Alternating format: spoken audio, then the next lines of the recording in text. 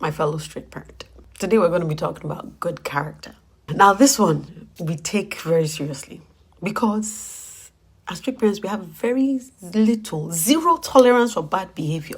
More than anything, we want our children to be good people, respectful, well-behaved, and well-mannered. You know, the kind of child that people see and say, you've done well. In many of our homes growing up, that mattered. You didn't embarrass your parents outside. You didn't talk anyhow. And you didn't act out.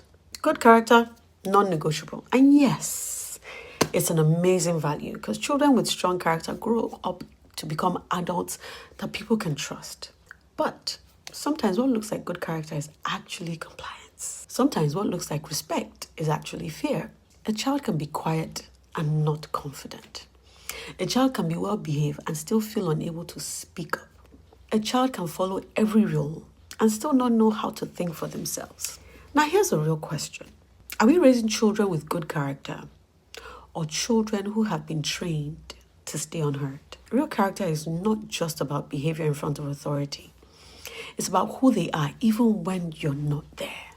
And something we also need to be honest about. Sometimes the way we enforce good behavior is through shouting, fear, or control. And yes, it sometimes works, but it works on the outside, not always on the inside. Because when a child is constantly shut down with, don't talk back, or keep quiet, or who asked you to speak, they don't just learn manners. They can also learn to lose their voice. And over time, that can chip away at their confidence. They begin to second guess themselves. They hold back their thoughts. They stay quiet even when they should speak. Now, let's be clear. This is not about raising rude or disrespectful children.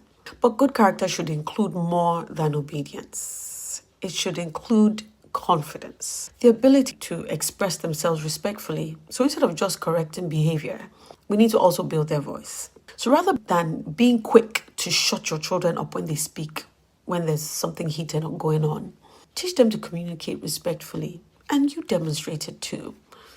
Like, I want to hear what you have to say, but please let me finish. Now, you're not just controlling the behavior, you're teaching them to communicate better.